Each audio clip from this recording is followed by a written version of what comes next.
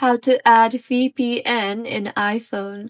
Hello everyone, I am Bishaka and welcome to our channel. Now let's get right into the tutorial. Firstly, go ahead and launch the Settings application on your device and tap on General. Further scroll down and tap on the VPN and device management option you see there, and then tap on the VPN option.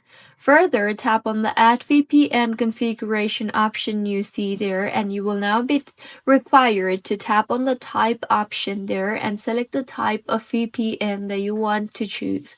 You can choose from IKEv2 or IPSec or L2TP if it is available.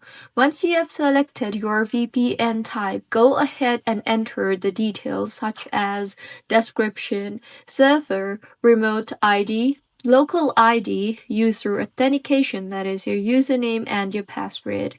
Once done entering the details, tap on the Done option on the top right of your screen. With this, the VPN will be added to your device. You can now go back and tap on Settings and you will see the option for VPN. Simply go ahead and toggle on the toggle button for VPN, and with this, you will be connected to a VPN on your iPhone.